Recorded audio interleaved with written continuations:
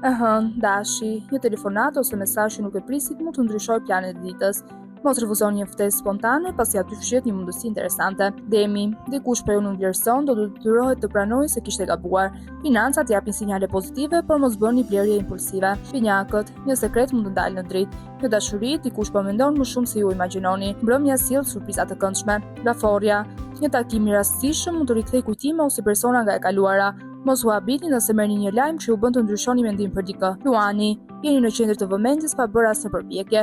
Dikush po ju vëzhgon dhe po mendon të ju bëjë një propozim interesant. Virgjëresha, një problem që u ka shqetësuar për kohë fillon të zgjidhet. Kujdes me fjalët sepse një koment i vogël mund të ketë ndikim të madh. Peshorja, energjia e ditës favorizon fitoret e vogla financiare.